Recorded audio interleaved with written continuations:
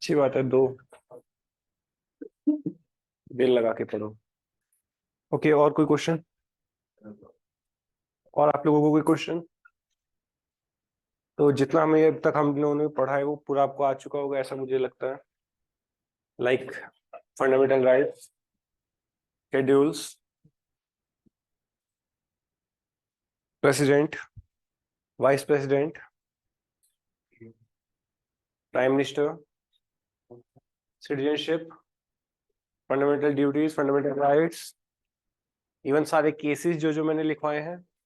ऐसी उम्मीद की जा रही है कि आप लोगों को सब आ गया होगा, तो थोड़ी क्वेश्चनिंग हो जाए। नहीं सीरियसली, कुछ लाइक छोटे छोटे से क्वेश्चन, एक एक दो दो।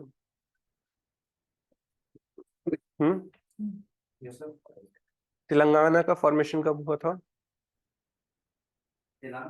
जी?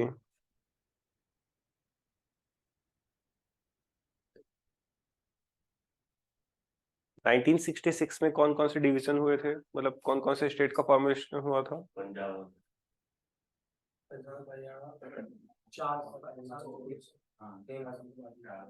हिमाचल 1966।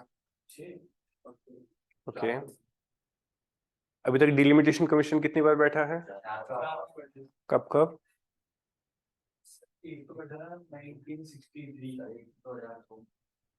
अच्छा जी,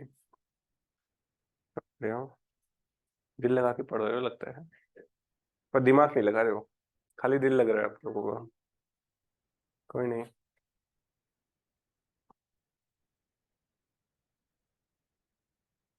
सिटीजनशिप में जो हमने पढ़ा था, citizenship article 5 to 11, what is in 11?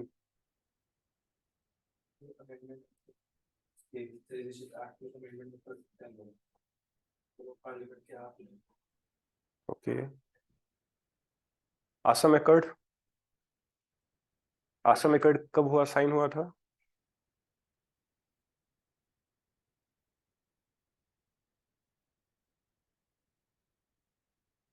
Preamble किस दिन साइन हुआ था, किस दिन इनेक्ट हुआ था? 26 November 1949. गुड, 46. 46, वाओ, ये तो पहली बार सुना। 49. 49, गुड।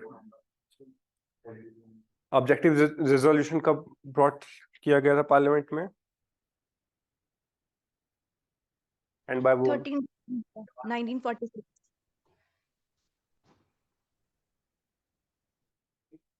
कंपोजिशन ऑफ पार्लियामेंट होगा किस रेगुलेटिंग एक्ट में था, या फिर किस कमीशन में था, या फिर किस मिशन में था? ये क्वेश्चंस ऑलरेडी फॉर्मुलेटेड हैं और मैंने आपको ग्रुप में अपडेट भी कर रखे हैं सारे क्वेश्चंस। चलो यार, रिवाइज करते रहो, क्योंकि जितना आपका रिवीजन होगा उतना ही ज्यादा बेटर आपका फ्यूचर होता चला जाएगा। तो हम अपने राज्यसभा के बारे में बात कर चुके थे, स्पेशल पावर्स राज्यसभा की हम बात कर चुके थे। आज हम लोकसभा के ऊपर थोड़ा सा देखने वाले हैं, ठीक है? Organisation is somewhat like what? Sorry,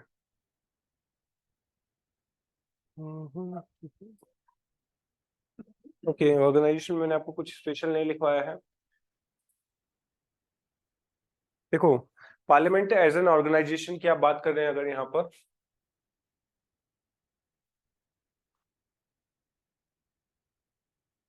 तो याद रखिएगा पार्लियामेंट जो कंपोजिशन है, पार्लियामेंट हमारे पास कंपोजिशन होता है, हमारे पास Lok Sabha, Rajya Sabha and president. President is a integral part of parliament. तो ये चीज मैंने आपको लिखवाई है वहां पर कंपोजिशन में, कि कंपोजिशन है क्या लोकसभा और राज्यसभा के हिसाब से। और यहीं पे मैंने आपको नेक्स्ट पैराग्राफ में लिखवाया कि जो लोकसभा आप बोल रहे हो ये हिंदी शब्द है, लोकसभा, और ये हमारे पास राज्यसभा। ये जो है ये हिंदी शब्द है, हिंदी जो वर्ड है ये हमारे पास 1954 में विद इन एक्ट हमने इसे ब्रॉट किया है। ये क्वेश्चन कैन बी फॉर्मुलेटेड कि हमने इसका हिंदी कब लिया। लाइक ये हमारे पास होता है, राज्यसभा होता है हमारे पास हाउस ऑफ एल्डर्स, और ये होता है हमारे पास हाउस ऑफ कॉमन्स। अच्छा, एक चीज हमारे पास नोटिस करना है, इसकी जो एज है डेट इज 25 और जो इसकी एज है हमारे पास डेट इज 30। आज तक ऑल दो क्वेश्चन फॉर्मुलेट हुआ नहीं है, ना ही हो सकता है कि इसकी एज 25 और इसकी एज 30 क्यों है।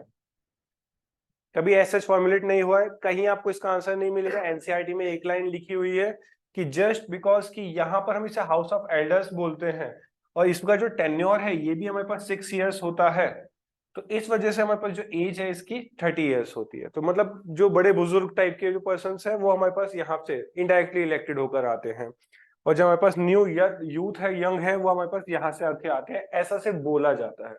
ऑल्दो सिर्फ इनिशिएशन की लिमिट है, हमारे पास मैक्सिमम लिमिट नहीं है। यहाँ आपका 100 साल का बंदा भी इलेक्ट हो सकता है, यहाँ पर भी सेम, लेकिन मिनिमम एंट्री की एज है, रिटायरमेंट की कोई एज नहीं है पॉलिटिशियन की। दैट्स ऑल, यही मैंने आपको लिखवाया हुआ है यहाँ पर, नथिंग एल्स। आज हम लोकसभा देखने वाले हैं अपना। लोकसभा में हमारे पास देखिए सबसे पहली चीज, लोकसभा में जो प्रोसेस है लोकसभा का इलेक्शन का, that is nothing but the direct election and direct elected by the first past the post system. याद रखिएगा this line, first past the post system, ये वही है जो हम आप लोग हमारे पास वोट देकर आते हैं। आपको जैसे मैं बताऊं तो इन 2014 BJP got only 36% of the total share of votes, only 36% of the total share of votes. Still, they manage 273 plus. Still, they manage 273 plus. Like उनके पास हमारे पास मेजॉरिटी ऑफ वोट्स नहीं है, लेकिन जितने भी हैं, लाइक अगर हमारे पास 100 वोट्स, तो 100 में से जिसके पास सबसे ज्यादा वोट होंगे वो पर्सन जीत जाएगा। मान के चलो हर 100 बंदे हैं, 100 ही नॉमिनेशन है, मैंने किसी एक पर्टिकुलर बंदे को वोट दे दिया और बाकी सबने अपने आप को ही वोट दिया, तो किसी के पास अगर 2 वोट भी हैं तो वो भी हमारे पास जीत गया, जिसे बोला जाता है first past the post system. ये हमारे पास डायरेक्ट डेमोक्रेसी का ही रूल होता है, डायरेक्ट डेमोक्रेसी का ही हमारे पास इक्विपमेंट होता है, इंस्ट्रूमेंट होता है। हम राज्यसभा के किसी मेंबर के लिए इस चीज को यूज नहीं करते, प्रेसिडेंट के लिए हम इस प्रोफाइल को यूज नहीं करते, वाइस प्रेसिडेंट के लिए नहीं करते। ये सिर्फ और सिर्फ हमारे पास लोकसभा के लिए यूज हो रहा है या फिर हमारे पास लेजिस्लेटिव असेंबलीज के लिए यूज हो रहा है। सर जैसे गवर्नमेंट इलेक्शन होता है, गवर्नमेंट फॉर्म होती है, इलेक्शन होता है, तो मान लो 3-4 पार्टी है, जैसे हम कहते हैं कि एक पार्टी जैसे एक बीजेपी है और बाकी जैसे कोई मान लो कम सीटें लेके वो एक साथ हो जाता है, तो उनको कुछ क्राइटेरिया कि इलेक्शन से पहले अपना बता दें कि हम इस साल का नाम है। इसी के लिए हमारे पास एंटी डिफेक्शन लॉ बना था, और ऐसा नहीं है कि नहीं बताया जाता है, बिल्कुल बताया जाता है आपके लिए। आप मान के चलिए कि बीजेपी की जो पूरी गवर्नेंस चलते हुए एनडीए के ऊपर बेस्ड है, जो कांग्रेस का जो पूरा फुल बेस्ड है वो यूपीए के ऊपर बेस्ड है। जो हमारे पास एक तरीके से कैपिटलिस्टिक सोसाइटी होती है वो हमारे पास एनडीए की फॉर्म में चले जाता है, और जो सोशलिस्टिक होता है वो कहीं ना कहीं यूपीए की फॉर्म में चला जाता है। तो एक पार्टी, एक आइडियोलॉजी जैसी जितनी भी पार्टीज होती है वो कहीं ना कहीं अलायंस कर लेती है आगे जाके, तो आगे जाके नहीं, वो पहले से भी अलायंस में ही रहती है। आप देखिए यूपी में हमारे पास कई जगह, आप यूपी छोड़िए महाराष्ट्र देखिए, जब हमारे पास राज ठाकरे थे, सॉरी उनके फादर बाल साहब ठाकरे थे, तो उन्होंने कई सीटों पे चुनाव ही नहीं लड़वाया अपने बंदों को, जबकि वो जीत सकते थे वहां पर, जस्ट बिकॉज कि उनके जानने वाली दूसरी पार्टी के पर्सन वहां पर चुनाव लड़ रहा था। एग्जाम्पल के लिए शरद पवार की लड़की, जब वो जिस सीट से वो खड़ी हुई थी उनके खिलाफ कोई पर्सन ही खड़ा नहीं हुआ था, अनअपोज्ड जीती है वो पर्सन। और जबकि अगर बाल साहब ठाकरे किसी को भी खड़ा करते तो वो पर्सन वैसे ही जीत जाता वहां पर। तो कहीं ना कहीं अलायंस पहले से भी सेटल होते हैं और बाद में भी होते हैं। बाद में अगर कोई एक बंदा पर्टिकुलर है जो सिंगल बंदा जीता है, वो इजीली नहीं जा सकता किसी भी पॉलिटिकल पार्टी में। बिल्कुल तोड़ सकते हैं, आपके हाथ में, आपकी पावर है वो अलायंस तोड़ना। प्रेशर बनता है, यही रीजन था कि हमारे पास अटल बिहारी वाजपेयी जी की गवर्नमेंट नहीं चली थी। सो लिव इट, हम उसके बारे में बाद में बात करेंगे जब हम पॉलिटिकल पार्टीज पढ़ेंगे, इलेक्शंस पढ़ेंगे, इलेक्शन कमीशन पढ़ेंगे, तब हम उसके बाद बात कर लेंगे। तो सेकंड, आपको ये चीज समझ में आई, फर्स्ट पार्ट था पोस्ट सिस्टम, मतलब जिसने ज्यादा वोट एकदम से एक्वायर कर लिए वो पर्सन जीत गया। आपने सुना होगा ना कि अगर नॉर्मल जैसे भी अभी यहाँ पे डीएवी में चुनाव हुआ, नॉर्मली जो स्टूडेंट यूनियंस का चुनाव हुआ, उसमें क्या देखा जाता है कि कौन गढ़वाल से है या फिर कौन पहाड़ी एरिया से आता है। जस्ट बिकॉज यहाँ की जितनी भी पॉपुलेशन है वो ज्यादा मेजोरिटी जो है वो हमारे पास माउंटेनियस साइड से आती है, तो टिकट भी उसी पर्सन को दिया जाता है। क्यों? क्योंकि वहां से बंदा आ रहा है तो वो इजिली कम्युनिकेट कर सकता है अपने पर्सन के साथ। लेकिन अभी रिसेंटली हुआ क्या वहां पर कि 2 पहाड़ी खड़े हुए, 3 पहाड़ी खड़े हुए, और वहां पर वोट का शेयर जो है डिवाइड हो गया, और नॉर्मली एक जो नॉर्मल पर्सन है, जो हमारे पास प्लेन का पर्सन था, वो जीत गया। सेम चीज की जाती है। आपने देखा होगा कि अपने अपोजिशन लीडर्स को, मतलब अपोजिशंस को पैसे खिला दिए जाते हैं जस्ट बिकॉज कि वहां पर वोट शेयर बढ़ जाए। तो ये यही सिस्टम होता है जिसको हम बोलते हैं first past the post system. जिसके पास सबसे ज्यादा वोट वो जीत गया, that's all. Got it? Now representation of UTs. Parliament by law provide the union territories as are representative. लाइक हमारे पास 2 ही हमारे पास मुश्किल से थे इसमें, पुडुचेरी एंड दिल्ली। वहां के हमारे पास पर्सन्स इलेक्टेड हो सकते थे, यहाँ हो सकते हैं अभी भी यहाँ पर। ठीक है, तो ये चीज आप याद रखिएगा कि यूटीज का रिप्रेजेंटेशन भी है। अब सिर्फ वहीं का नहीं है, अब हर यूटी का यहाँ पर रिप्रेजेंटेशन होता है। लेकिन लद्दाख के भी हमारे पास एक सांसद थे। ठीक है, तो ये पहले हमारे पास सिर्फ स्टेट का रिप्रेजेंटेशन था, पीपल्स का रिप्रेजेंटेशन था। लेकिन यूटीज को जो रिप्रेजेंट करने वाला एक्ट है, दैट वाज इनेक्टेड इन 1965। अब जो मैक्सिमम स्ट्रेंथ है नॉट 552, इट्स 550। ठीक है, 550 जो हमारे पास मैक्सिमम स्ट्रेंथ है, जस्ट बिकॉज जो 2 एंग्लो इंडियन मेंबर्स थे उनको हमने हटा दिया है। ठीक है, तो 20 जो आएंगे वो यूटीज से आएंगे। इसके कंपोजिशन को याद रख लीजिएगा, आपके पास क्वेश्चन फॉर्मुलेट हो सकता है कि 20 from the UTs and another 528 are from the normal states। तो ये चीज आपको यहाँ पे याद रखनी है, नथिंग एल्स। ठीक है, ये हमारे पास ये हट चुका है, मैंने लिख दिया था कि फोर्थ कॉन्स्टिट्यूशनल अमेंडमेंट एक्ट से 2% को रिमूव वाला प्रोसेस कर चुके हैं। प्रेजेंटली हमारे पास 545 मेंबर्स हैं, जो कि अभी इंक्रीज हो चुके हैं। न्यू पार्लियामेंट में इतने मेंबर्स की सीट्स हैं नाउ। जी हाँ, जो न्यू पार्लियामेंट फॉर्मुलेट हुआ है, जो आफ्टर डिलिमिटेशन होगा तो मैक्सिमम सीटें इतनी हैं। जो अभी के टाइम पे मैक्सिमम सीटें हैं वो इतनी हैं, 552, जिसमें से 2 एंग्लो इंडियन की सीट हटा दी जाए तो 550 बच जाता है। ठीक है, अब जो न्यू पार्लियामेंट फॉर्मुलेट हुआ है उसमें हमारे पास लोकसभा के मेंबर्स की 888 सीट्स हैं अभी। क्यों? हाँ, after delimitation of 2026 maximum seats can be 888। That's all. तो क्या क्या एलिजिबिलिटी क्राइटेरियाज है? एलिजिबिलिटी क्राइटेरिया में सबसे पहले इंपॉर्टेंट चीज है 25 ईयर्स। एज याद रखिएगा आप लोग, लोकसभा के लिए होती है 25, राज्यसभा के लिए होती है, प्रेसिडेंट के लिए होती है, वाइस प्रेसिडेंट के लिए होती है, गवर्नर के लिए,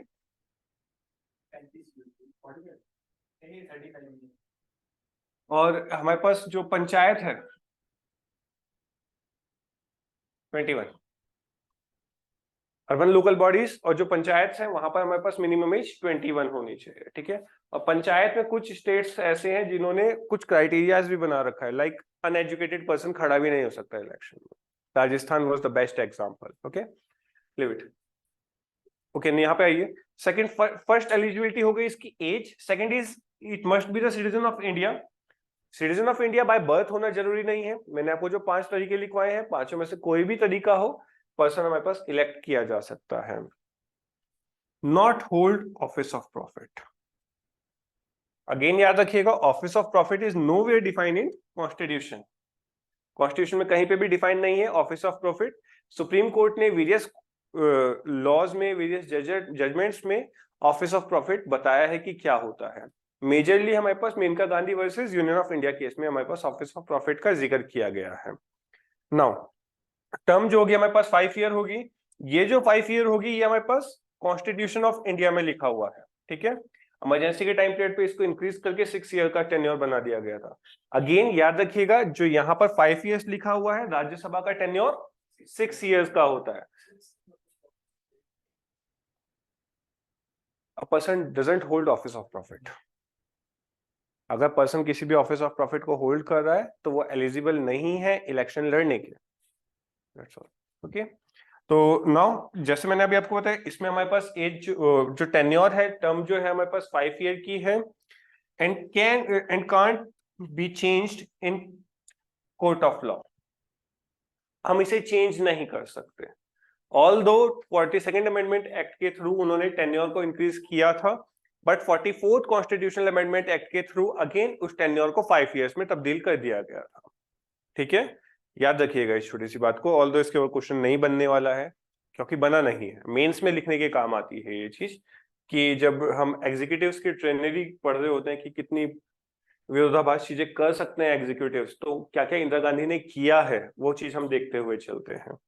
नेक्स्ट इज, अच्छा ये चीज याद रखना, इसका जो 5 ईयर का टेन्योर है that was mention in constitution, okay. और राज्यसभा का जो 6 ईयर का टेन्योर है that was not mention in constitution, that was mention in RPA 1951। Got it, वहां से क्वेश्चन फॉर्मुलेट हुआ है। Now president is the authorised to dissolve the Lok Sabha at any time. At any time बोल तो दिया हमने, but on the recommendation of prime minister और council of minister. Got it, president जब मर्जी हमारे पास पूरी की पूरी पार्लियामेंट को भंग कर सकता है, but the main thing is कि वो रिकमेंड किया जाए प्राइम मिनिस्टर के थ्रू और उसकी काउंसिल ऑफ मिनिस्टर्स के थ्रू। ठीक है, जैसे हमारे पास यहां पर मैंने आपको प्रेसिडेंट बोला है, सेम फॉर द गवर्नर। जब स्टेट की हम बात करेंगे तो वहां पर गवर्नर डिसॉल्व कर सकता है लेजिस्लेटिव असेंबली को, बस सीएम और काउंसिल ऑफ मिनिस्टर्स का सपोर्ट नहीं, पूरा का पूरा रिकमेंड ही होना चाहिए। अगर वो रिकमेंड करेंगे तभी हो सकता है। इसका मैं आपको स्टेट के रेस्पेक्ट में बेस्ट एग्जांपल देना चाहूंगा। जब तेलंगाना की गवर्नमेंट, एक्चुअली में क्या है, तेलंगाना का जो चुनाव है वो हमारे पास नेशन के साथ जस्ट साइमल्टेनियसली मूव कर रहा था, तो तेलंगाना गवर्नमेंट ने इस चीज को समझा कि पूरे देश में लहर है मोदी जी की, तो बाय चांस अगर हम सेंटर के इलेक्शन के साथ चलते हैं तो हो सकता है कि हमें डिफीट फेस करना पड़ जाए। तो उन्होंने 1 साल पहले अपना पूरा का पूरा पार्लियामेंट, अपना पूरा लेजिस्लेटिव असेंबली डिसॉल्व किया गवर्नर को बोल के, और फिर फ्रेश चुनाव लड़ करवाए। जिससे क्या हुआ, दोनों लाइक स्टेट का और जो सेंटर का है इलेक्शन डे अलग अलग होने लगा। ये चीज समझ, बहुत ज्यादा मुद्दे होते हैं, आपको पता होना चाहिए कि नॉर्मल मुद्दों के ऊपर स्टेट के मुद्दे बहुत ज्यादा हैवी हो जाते हैं। अब कॉमन सी बात है, पुलवामा अटैक अगर ना होता तो आपको लगता है कि उतनी मेजोरिटी मिलती? सेम चीज है ना। तो यही रीजन होते हैं कि स्टेट का मुद्दा छोटा रह जाता है, हर किसी का घर का मुद्दा छोटा ही रह जाता है देश के सामने, सोसाइटी के सामने। तो ये रीजंस हैं कुछ। तो अब यहाँ पे याद रखिएगा कि प्रेसिडेंट जब मर्जी डिसॉल्व कर सकता है, but recommended by prime minister and council of minister. And the last point is speaker is the head of the Lok Sabha, like chairman is the head of Rajya Sabha, here speaker is the head of Lok Sabha. यहाँ पर speaker की बहुत powers हैं, बहुत बार question formulate हुआ है speaker की powers से रिलेटेड। अब हम इसके बाद इनकी पावर्स को भी देखेंगे। Next is qualification to contest. Again फिर मैं बोल रहा हूं, क्वेश्चन हमारे पास उठ सकता है, निकला हुआ है यहां से। ठीक है, फर्स्ट वन जो इंपॉर्टेंट है, should be registered voter in any constituency in Lok Sabha. Lok Sabha की किसी कॉन्स्टिट्यूएंसी में अगर आप रजिस्टर्ड वोटर हो, समवट लाइक कि आप गवर्नमेंट ऑफ इंडिया के अंडर आ रहे हो और आप किसी भी मतलब लाइक जम्मू कश्मीर से लेके कन्याकुमारी, गुजरात से लेके अरुणाचल प्रदेश, आप कहीं पर भी आप रजिस्टर्ड वोटर हो तो आप कहीं से भी इलेक्शन कंटेस्ट कर सकते हो। मोदी जी को देख लीजिए, उन्होंने अपने गुजरात से भी इलेक्शन कंटेस्ट किया और उन्होंने अपने यूपी प्रयागराज से, हमारे पास वाराणसी से भी अपना इलेक्शन कंटेस्ट किया और दोनों ही सीट वो जीत गए। पहुंचेंगे भैया वहां पे, पहुंच रहे हैं आज, अभी थोड़ी देर में करना होगा हमें। तो अनटिल और अनलेस अगर आपने दोनों सीटों में से कोई एक सीट नहीं एक्वायर करी with in 10 days of tenure, तो आप दोनों ही सीटों से निष्कासित कर दिए जाते हैं। 10 दिन के अंदर आपको करना ही करना है।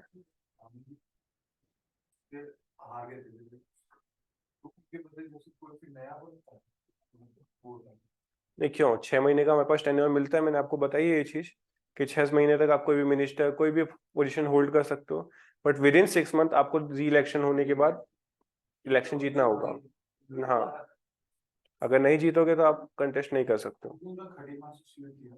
हार गए थे वो। हाँ, उन्होंने ली थी तो एक को हटा देता। ऐसा नहीं है, वो उसने वॉलंटरी रिजाइन किया होगा और उसके बाद वो सीट जब खाली होती है तो उस पर री इलेक्शन होता है। मैं बताऊंगा जब हम पर स्टेट गवर्नमेंट में पहुंचेंगे। Okay, next one is age. Age is again 25, जैसे मैंने आपको बताया, and the citizen of India. Schedule caste, schedule tribe reservation exist, important है। यहाँ पर कोई विधायक है और वो अगर सेंटर में उसको उनका अपॉइंटमेंट मिला कि मतलब कोई आप पोर्टफोलियो होल्ड कर, हाँ जी, आगे बताइए। तो वो यहाँ का भी रहेगा वहाँ पर? नहीं, बिल्कुल नहीं, बिल्कुल एक ही जगह रह सकता है। पहुंचेंगे यार, वहां पहुंचने वाले हैं। पार्लियामेंट में अभी पहले इनका इलेक्शन तो होने दो, पहले समझ तो लो कि कौन कंटेस्ट कर सकता है, फिर एक बार इलेक्ट हो जाएंगे तो उनकी पावर पता चलेगी, फिर हम उनकी डायलेमा पे पहुंचेंगे कि अगर एक पर्सन दो जगह इलेक्ट हो गया, या चलो छोड़ो, आप लोगों के ज्यादा दिमाग में यही चल रहा है तो पहले यही देखो आप, मेरे को कोई इशू नहीं है। नहीं कोई नहीं, आपको आगे मिल जाएगा, समझो।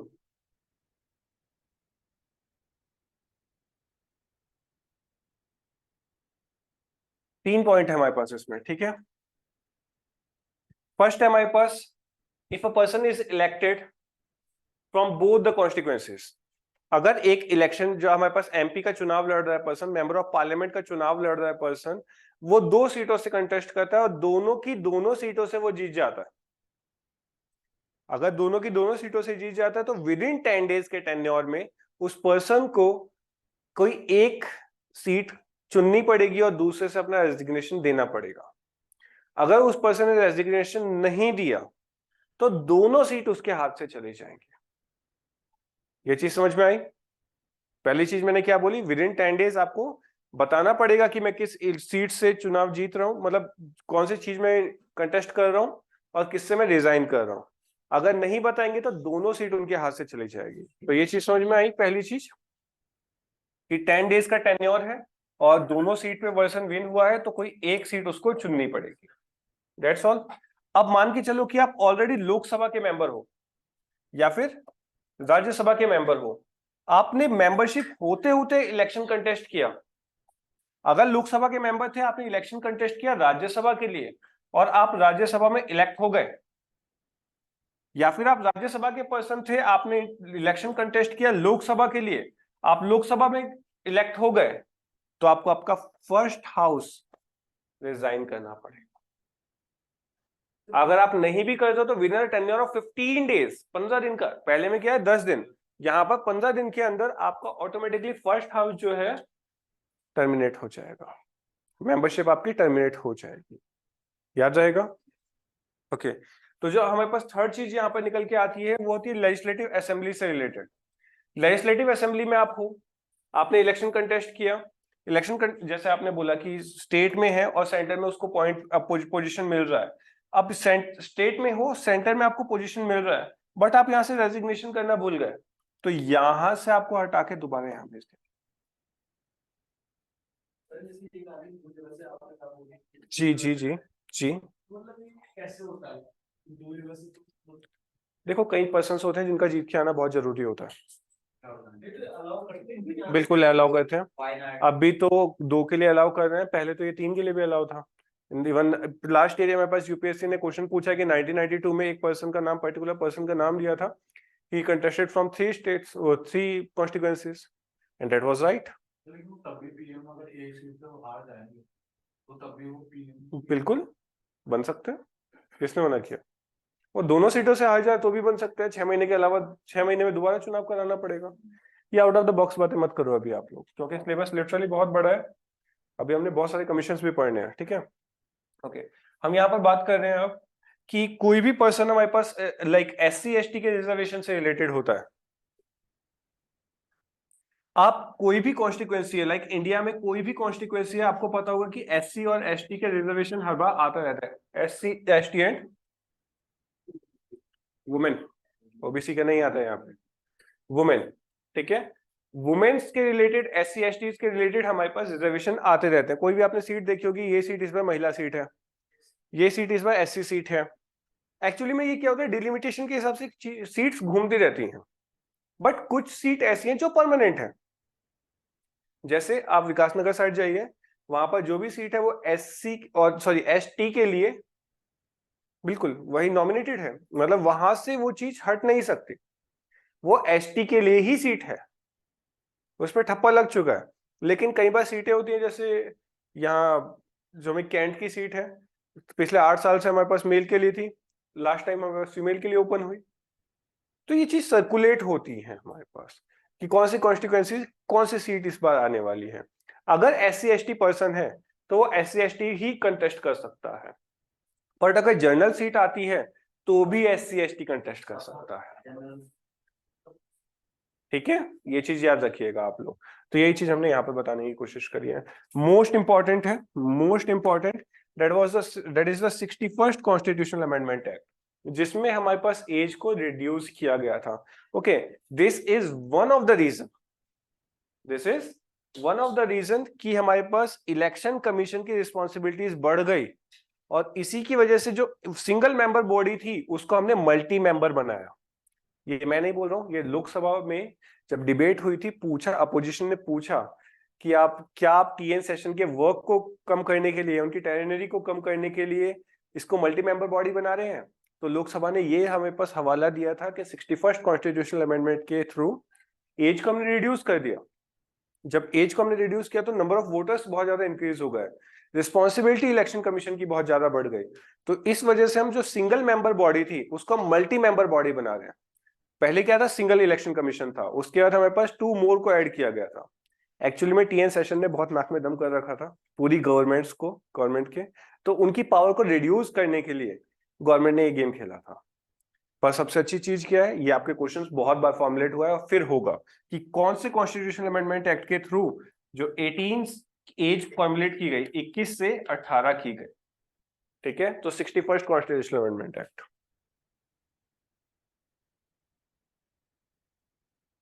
Next is territorial constituencies. ये मैं आपको ऑलरेडी डिलिमिटेशन कमीशन समझा चुका हूं, समझाया मैंने आपको delimitation. Last class I think delimitation पे मैंने बहुत बढ़िया तरीके से डिबेट हुआ था हमारा, है ना। चलो फिर भी हमारे पास क्या है, जो हमारे पास टेरिटोरियल कॉन्स्टिट्यूएंसीज होते हैं वो किस हिसाब से डिवाइडेड है, वो जरा आप देख लीजिए। पहला है कि कौन करता है, डेट इज डिलिमिटेशन कमीशन हमारे पास करता है। कहां कहां कर सकता है, इंटर स्टेट कर सकता है, मतलब with in the state he boundaries को डिलिमिट किया जा सकता है। ऐसा नहीं है कि हमारे को अगर डिलिमिट करना है तो अपने उत्तराखंड की कुछ सीटें हम यूपी को दे देंगे, या फिर मद्रास की कोई, मतलब महाराष्ट्र की कुछ सीटें हम गुजरात को दे देंगे, ऐसा नहीं हो सकता। Within the state boundaries ही आपको डिलिमिट करना पड़ेगा। तो सिर्फ और सिर्फ इंटर स्टेट होगा, और इंट्रा स्टेट कब होगा, इंट्रा स्टेट लोकसभा की कॉन्स्टिट्यूएंसीज में देखा जा सकता है, बट बहुत ही मुश्किल है, ना के बराबर, सिर्फ और सिर्फ यूटीज के कंटेस्ट में होता है। तो इंटर स्टेट आप लेके चलेंगे, डेट्स ऑल। एंड पॉपुलेशन के बेस्ड पे होता है, और ऑल दो हमारे पास, जैसे मैंने आपको बताया था कि 2000 तक पहले हुआ था, फिर हमारे पास 2026 तक पॉपुलेशन को स्टैग्नेंट कर रखा है 1971 की पॉपुलेशन के हिसाब से। ठीक है, तो जो सीट्स है हमारे पास, बाउंड्रीज जो है हमारे पास, रीएडजस्टमेंट जो है हमारे पास, वो 42nd अमेंडमेंट एक्ट से 2000 तक के लिए रोका था, और 84th कॉन्स्टिट्यूशनल अमेंडमेंट एक्ट से 2026 तक के लिए रोका है। और 2026 के बाद तो इलेक्शन करा, मतलब डिलिमिटेशन को फिर बिठाना ही बिठाना है। Next is 87th constitutional allowed for the delimitation of constituencies on the basis of 2001 Sensex. ये चीज याद रखिएगा, डिलिमिटेशन को अलाउ तो किया गया बट विद इन स्टेट, मतलब नॉट इंटर स्टेट, मतलब inner state. With in state हमारे पास डिलिमिटेशन कमीशन को अलाउ किया गया। एक्चुअली में क्या है कि कितनी पॉपुलेशन कहां पर डिवाइड हो रही है, लाइक मैंने आपको लास्ट टाइम एग्जांपल दिया था मसूरी का। मसूरी में जितने भी पर्सन हैं, बट IMA से जस्ट लगती हुई बाउंड्री में छोटा सा गांव पड़ता है जिसकी पॉपुलेशन नॉट मोर देन 500 है, वो भी मसूरी की कॉन्स्टिट्यूएंसीज में इनबिल्ट कर रखा है। जस्ट कि पॉपुलेशन हमारे पास सेम रेशियो में मेंटेन रहे। Got it. डिलिमिटेशन कमीशन हम इसके बारे चर्चा कर चुके हैं, तो मैं इसमें टाइम वेस्ट नहीं करूंगा। Special power of Lok Sabha, most important question आपके पास आएगा, क्वेश्चन में लिखा ही यही होगा, special power, which one of the special power of Lok Sabha, या फिर which of the following are the special power of Lok Sabha, और आपको वहां पर टिक करना होगा। First one is related to the money bill. आपको पता होगा राज्यसभा के पास बहुत ही ना के बराबर मनी बिल के ऊपर पावर है, ना के बराबर है ही नहीं। बस वो बोल सकते हैं लोकसभा को कि आप अमेंड कर दीजिए। अब लोकसभा के ऊपर है, या तो वो अमेंड करे या जैसे कि तैसा ही फॉरवर्ड करते हैं। पास करना पड़ेगा राज्यसभा को। ऑल्दो राज्यसभा के सामने से जाता है वो बिल, लेकिन राज्यसभा के हाथ में पावर नहीं है कि उस बिल को मैं रोक सकूं और उसमें कुछ अमेंडमेंट करवा सकूं। बस बोल सकता हूं कि प्लीज कर दो, नहीं करेंगे तो भी उनकी पावर है। दैट सिंपली मींस कि यहाँ पर सोलो पावर किसकी आती है? लोकसभा की आती है। मनी बिल से रिलेटेड कुछ भी है that is related with the Lok Sabha, and that's all. तो introduction of money bill and passing of the money bill,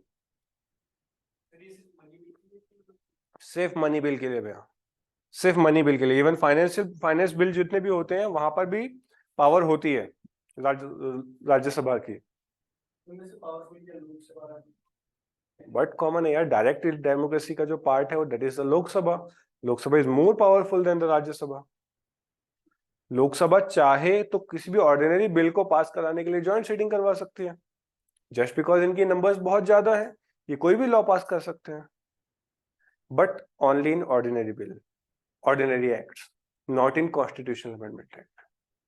Constitutional amendment act requires assent of both the houses. ठीक है, ये चीज याद रखिएगा। then assent of president. Okay, now first one is introduction of bill. सबसे पहले जो money bill होगा वो इंट्रोड्यूस भी सिर्फ और सिर्फ लोकसभा में होगा। Second is nothing but the no confidence motion, censure motion, adjournment motion, cut motion. Most of the motions are included passes in Lok Sabha only, just because ये सारे के सारे मनी बिल के ऊपर आते हैं। मैक्सिमम कॉन्फिडेंस भी money bill के ऊपर आ रहा है, सेंसस भी मनी बिल के ऊपर आ रहा है, एडजमेंट तो आता रहता है, और जो हमारे पास कट पॉलिसी है हमारे पास, ये भी मनी बिल के ऊपर आता है। तो ये सारे बिल जो है मतलब मनी बिल से रिलेट करते हैं, तो ये सारे मोशंस भी हमारे पास मैक्सिमम लोकसभा में ही पास ऑन होते हैं। तो ये सिर्फ और सिर्फ लोकसभा की पावर है। Next, joint seating. अगेन याद रखिएगा, आर्टिकल आपसे पूछा जाएगा, joint sitting is in article 108। Joint sitting is chaired by the speaker of Lok Sabha. Okay, याद रखिएगा, यहाँ पर ट्रिक है, बहुत बढ़िया ट्रिक है। क्वेश्चन पूछा जाता है आपसे कि if the speaker of Lok Sabha is not available to take the joint sitting of the house, then who will proceed?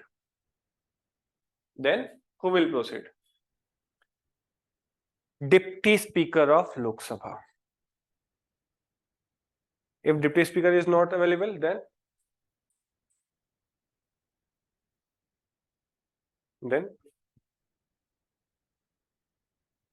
अभी मैं बताऊंगा कि अगर स्पीकर भी नहीं होगा, डिप्टी स्पीकर भी नहीं होगा, तो हमारे पास पूरा का पूरा कमेटी बैठता है, उनमें 10 मेंबर्स होते हैं, और उनमें से जो पर्सन प्रोसीड करेगा that will be the signing authority. Chairman नहीं प्रोसीड कर सकता, just because chairman is the vice president of India. यहाँ पर क्वेश्चन फॉर्मुलेट करते हैं, और अगेन जिन्होंने थोड़ी बहुत ही पॉलिटी पढ़ी है, ट्रिकी नहीं पढ़े हैं, वो इस चीज को क्वेश्चन को गलत करके आते हैं। तो अपने दिमाग में याद रखिएगा इस चीज को कि जो जॉइंट सीटिंग की जो पूरी के पूरे चेयर करता है, that is nothing but the speaker. Now speaker will decide take decision on money bill. Like कोई भी बिल है like related to tax, related to finance, speaker का डिसीजन फाइनल होगा कि इज दिस बिल मनी और not, क्या ये bill money bill है या नहीं है। देखो, मनी बिल बोलने का सिंपल सा मतलब है कि आप अपने ही हाउस से पास करवाओगे, राज्यसभा का उसमें कोई एनरोलमेंट नहीं। अगर आपने फाइनेंस बिल भी बोला तो अच्छी खासी डिबेट होगी राज्यसभा में, लेकिन आपने मनी बिल बोला तो आपको पास करना ही करना पड़ेगा, और ये टोटल डिस्क्रिशन जो है हमारे पास स्पीकर के पास है। वो तो बिल था नॉर्मल जी, वो तो सुप्रीम कोर्ट के पास गया है ना, तो वो तो हमारे पास अपोजिशन क्या कर रहा है, उसमें कुछ भी नहीं कर रहा है। वैसे भी डिफेंस रिलेटेड पैक्ट है वो, तो वो बिल्कुल सिक्योरिटी के अंडर आता है।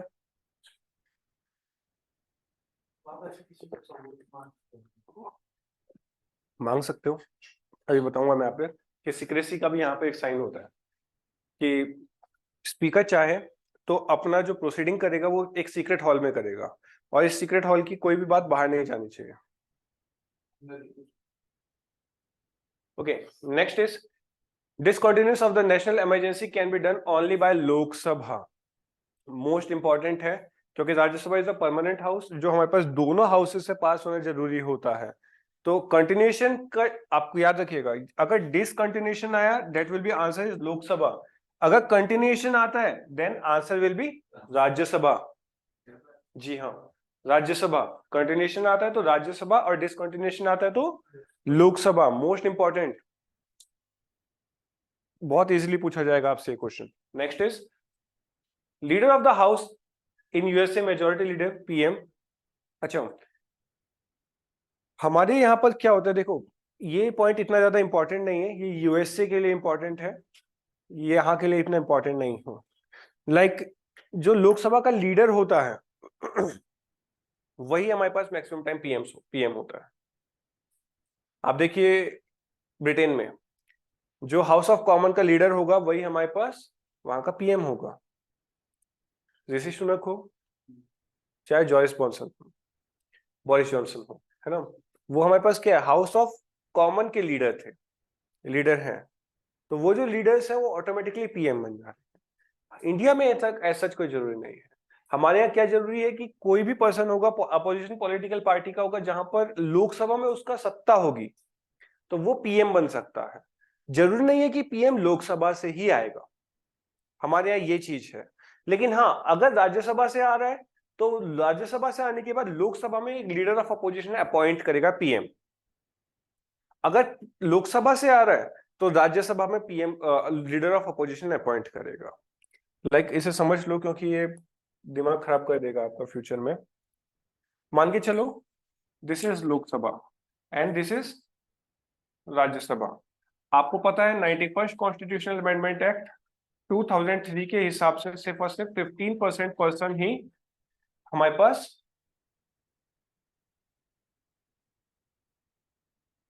मिनिस्टर बन सकते हैं, इंक्लूडिंग पीएम। तो अब ये जो 15% पर्सन है, कुछ पर्सन यहां से आएंगे, कुछ पर्सन यहां से आएंगे। अब मैं मान रहा हूं कि हमारा जो पीएम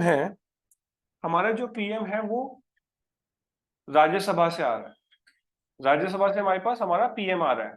तो ये पीएम अपॉइंट करेगा यहां पर लीडर ऑफ अपोजिशन या फिर लीडर ऑफ पॉलिटिकल पार्टी, यहाँ पे सॉरी लीडर ऑफ अपोजिशन नहीं, लीडर ऑफ हाउस।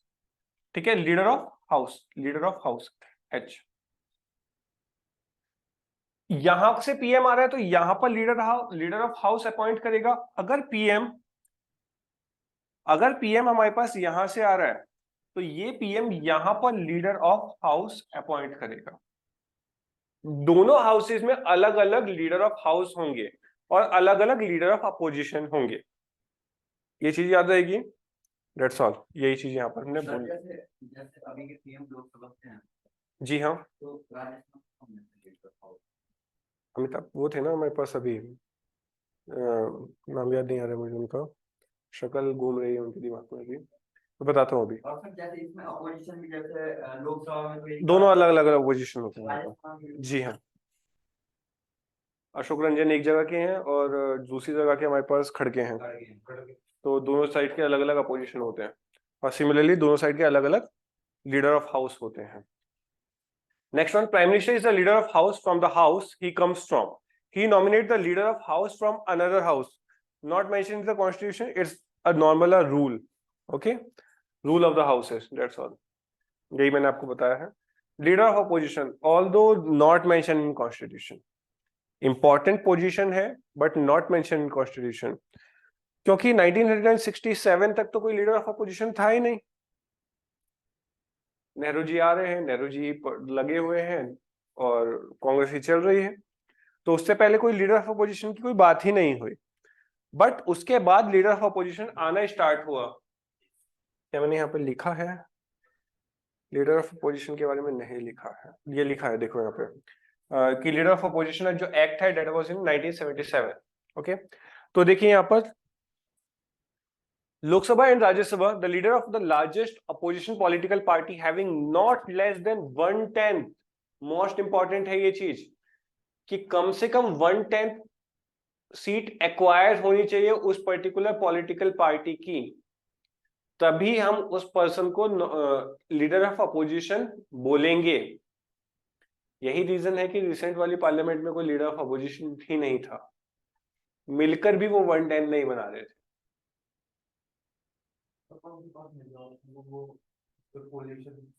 कोलिशन के बाद तो फिर सारी की सारी पार्टीज ही बन जा रही है ना, तो फिर तो कोई ना कोई मिलकर बनेगा ही।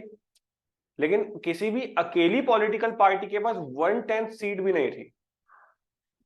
यही रीजन था कि हमारे पास सारे के सारे अपोजिशंस को एक मीटिंग बिठानी पड़ी, तब जाकर कोई लीडर ऑफ अपोजिशन बन पाया।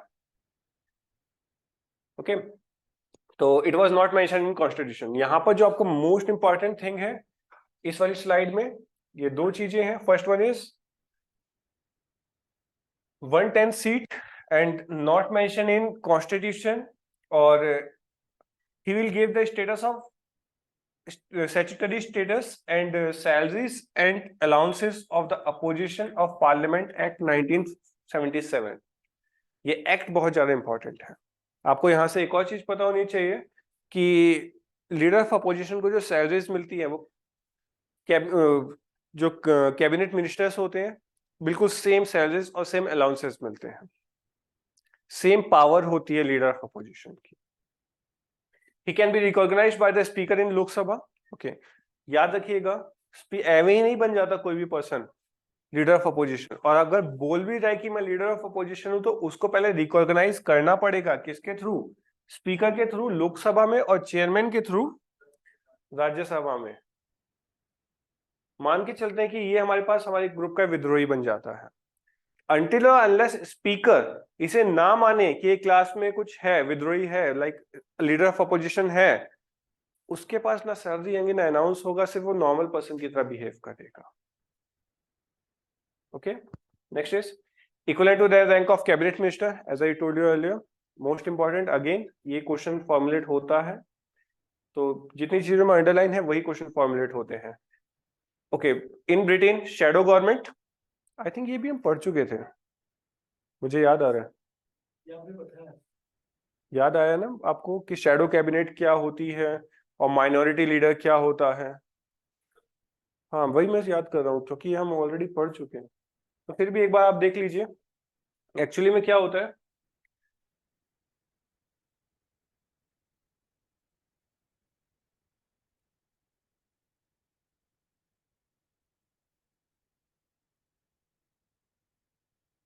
इन पावर अपोजिशन, ठीक है, हमारे पास मान के चलिए कि ये एक पॉलिटिकल पार्टी है, लाइक मान लीजिए बीजेपी इन पावर। ये एक पॉलिटिकल पार्टी है, मान के चलिए कांग्रेस, ओके, जो अपोजिशन में है, ऑल्दो नहीं है बट मान लेते हैं कि है। यहां पर ये रहे हमारे पास प्राइम मिनिस्टर, तो ये जो प्राइम मिनिस्टर है he is leader of house. इनके जस्ट अपोजिशन में यहाँ पे छोटा star, that is leader of opposition. ये क्या है? लीडर ऑफ हाउस, और ये क्या है? Leader of opposition. अब यहां पर हमारे पास क्या है? ये छोटा बनाया मैंने, तो ये क्या है हमारे पास? कैबिनेट मिनिस्टर, एक तरीके से हाँ कैबिनेट मिनिस्टर, मतलब पूरा का पूरा जो हमारे पास काउंसिल ऑफ मिनिस्टर्स है वो हमारे पास ये रहे काउंसिल ऑफ मिनिस्टर्स। अब यहां पर क्या है हमारे पास? यहां पर इसके भी हमारे पास काउंसिल ऑफ मिनिस्टर्स हैं। ये मैं शैडो गवर्नमेंट का कॉन्सेप्ट समझा रहा हूं, ठीक है। यहां पर इसके भी खुद के काउंसिल ऑफ मिनिस्टर्स हैं जो कि एक एक मिनिस्टर को चेक एंड बैलेंस कर रहे हैं। एग्जाम्पल के लिए मान के चलिए कि ये हमारे पास डिफेंस के मिनिस्टर हैं, तो इनको चेक एंड बैलेंस करने के लिए यहां पर भी एक पर्सन डिफेंस का मिनिस्टर है, ठीक है। ये मान के चलिए एजुकेशन के हैं, तो यहां पर भी इनको चेक एंड बैलेंस करने के लिए एक एजुकेशन का मिनिस्टर है। ये कोई भी पॉलिसी लेकर आ रहा है तो इसको डीपली स्टडी करने के लिए इसकी कैबिनेट में भी एक पर्टिकुलर पर्सन है। अब इसकी क्वेश्चन देखो, ये पर्सन अपने आप में बिल को नहीं लेके आ सकता, ये पर्सन बिल देगा, ये पर्सन बिल देगा अपने पीएम को, और पीएम इसे पार्लियामेंट में ले डाउन करेगा। सिमिलरली अब पार्लियामेंट पे ले डाउन करने के जब इस पर्सन ने ले डाउन किया है, लीडर ऑफ हाउस ने ले डाउन किया है, तो आंसरेबल भी यही पर्सन होगा। अब इससे क्वेश्चन पूछने का अधिकार हमारे पास सबको है, लेकिन मेनली क्वेश्चन इससे ये पूछे लीडर ऑफ अपोजिशन, ये कोई बिल लेकर आ रहा है और ये बिल लेकर रहा है, तो इससे क्वेश्चन पूछेगा ये पर्सन, याद रहेगी ये बात। और मान लेते हैं ये एकदम से, आपको पता है बहुत इजी है कि नॉन कॉन्फिडेंस मोशन लेकर आना और कुछ पर्टिकुलर पर्संस को खरीदना और पूरी की पूरी पॉलिटिकल पार्टी गिरा देना जब कोलिशन गवर्नमेंट चल रही हो। मान लेते हैं कि ये गवर्नमेंट गिरा और ये इन पावर यहां पर अपोजिशन बन गया और यह वाला अपोजिशन इन पावर आ गया, तो टाइम वेस्ट ना करते हुए ये लीडर ऑफ अपोजिशन, जो मेरे पास ये लीडर ऑफ अपोजिशन बोला था, it will be act as leader of house. तो this is the concept of shadow government. It was prevailed in Britain only. Okay, minority government का क्या है? माइनॉरिटी गवर्नमेंट हमारे पास होती है कांग्रेस में। कांग्रेस क्या, ये अपना यूएस का जैसे हम पार्लियामेंट बोलते हैं वो वहां पर कांग्रेस बोलते हैं। तो कांग्रेस में वहां पर मेजॉरिटी गवर्नमेंट और माइनॉरिटी गवर्नमेंट होती है। Which was in power is known as majority government और which was in opposition is known as minority government. Same phenomena, ठीक है। तो यहां पर लीडर ऑफ हाउस जो होता है वो माइनॉरिटी गवर्नमेंट का होता है। याद रखना बस, ऑल्दो ये नहीं पूछा जाएगा क्योंकि वर्ल्ड का जो ये इतना इजीली नहीं पूछा जाता है। शैडो गवर्नमेंट आपको समझ में आया और माइनॉरिटी गवर्नमेंट आपको, माइनॉरिटी लीडर आपको समझ में आया। ओके, विप सॉरी है क्या, बहुत इंपॉर्टेंट है विप। क्वेश्चन पूछा है 2017 में यूपीएससी ने। ऑल्दो स्टेट पीसीएस भी पूछता है बट नॉर्मल नहीं कोई पूछता अभी तक। नॉर्मल कोई वनडे एग्जाम वाले ने विप के बारे में इतना नहीं पूछा है। विप क्या है? विप होता है कि अपने, समझना, सिर्फ समझने की कोशिश करो कि विप एक इस तरीके का इंस्ट्रूमेंट है जिससे कि आप अपने सारे पर्संस को बुला सकते हो। आप कोई भी बिल पास करवाने के लिए पहले विप जारी कर देते हो। कॉन्स्टिट्यूशन में कहीं मेंशन नहीं है, रूल ऑफ बुक में कहीं मेंशन नहीं है, ये सिर्फ और सिर्फ कन्वेंशन से आया है। आई डॉट लिखा भी होगा इसमें ऐसा कुछ, हाँ लिखा है देखो, it is based on the convention of the parliamentary governments. अब समझते हैं कि है क्या ये कहानी। मान के चलिए कि मैं आज से पहले नरसिम्हा गवर्नमेंट का टाइम पीरियड देखा, पढ़ा है आप लोगों ने थोड़ा सा। माइनॉरिटी गवर्नमेंट थी but it was in power, majority नहीं थी उनके पास, they didn't have majority but he was in power. Example के लिए समझो,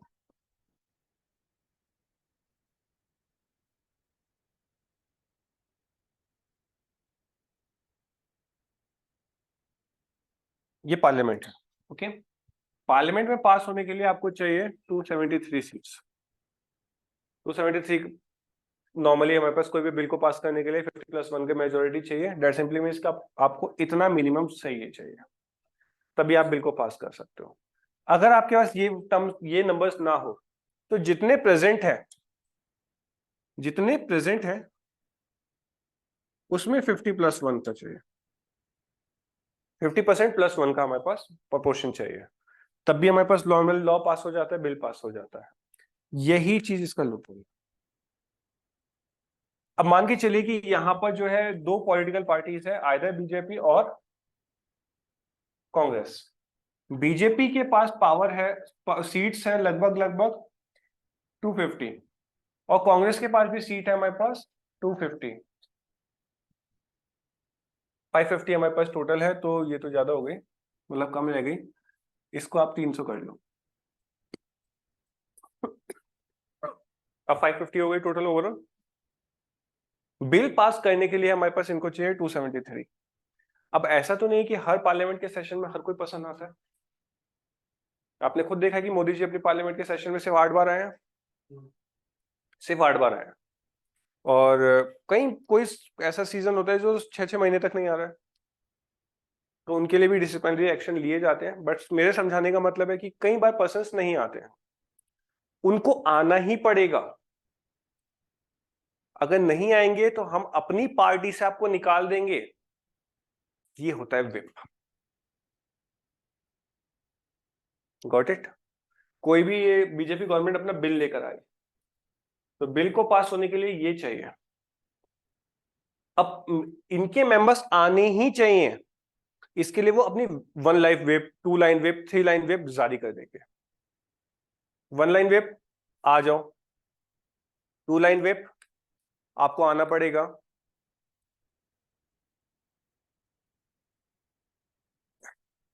3 लाइन व्हिप आप नहीं आए तो आपको पार्टी से निष्कासित कर दिया जाएगा।